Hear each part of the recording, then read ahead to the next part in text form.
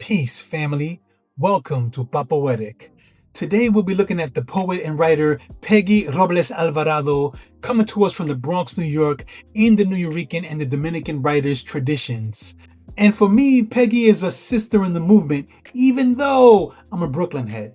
Peggy has featured at our Capicu series and has many literary accomplishments and is about to drop another book. So I wanted to look at the poem that the book is named after today. It's called Burn Me Back. Remember, this is just one poet's reaction to one poem.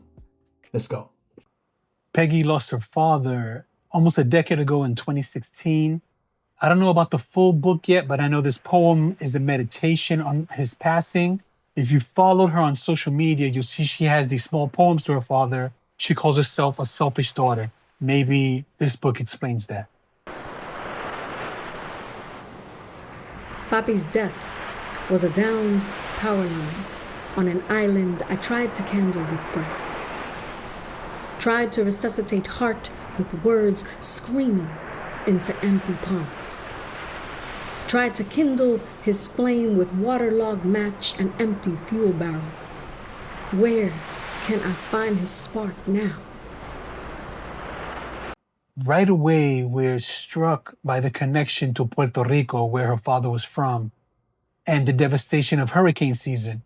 Hurricane Maria was the year after his passing in 2017, where there were thousands of deaths, and Papi's passing is given the weight of that catastrophe, and we feel the poet struggling hopelessly to bring him back. And this is connected to how people, both on the island and out here in the diaspora, how we felt with loved ones on the island struggling, even now, to bring it back.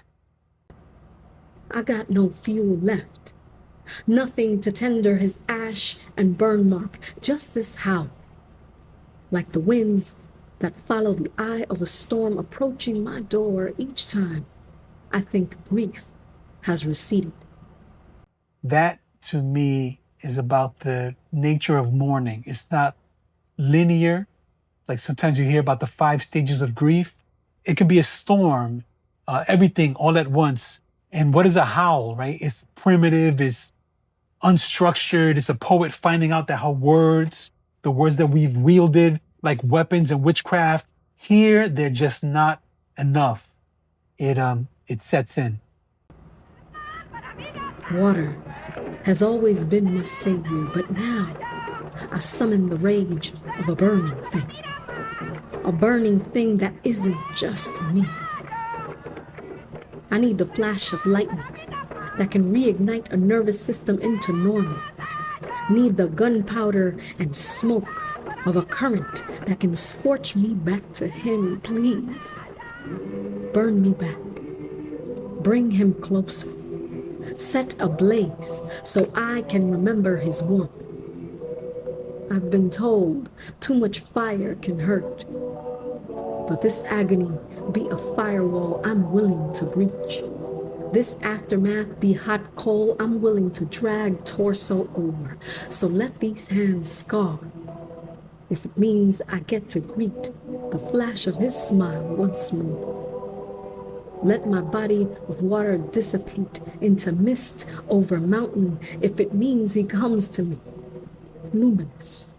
Let me just say that the film producer, Matt Haller, he did a masterful job here with the graphics. I'm really feeling this. This is an elaborate stanza. The poet as a body of water, that can mean so many things. Water is a cradle of life. Water is mother. Water is Yemaya, the sea around Puerto Rico. Water, in the case of the storm, water is also death.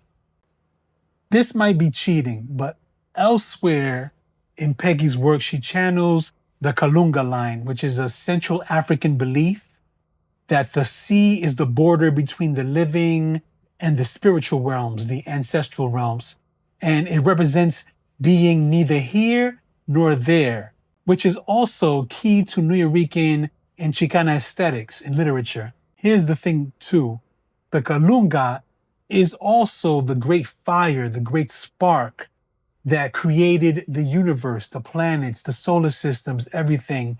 And it's Africa's Big Bang. And I wonder here if consciously or subconsciously, Peggy was channeling water and fire as both life and death that can return her to the divine essence to see her father again. Like that one star, that one light bulb that flashes on and off all night after a hurricane. The light that comes and goes, again, neither here nor there.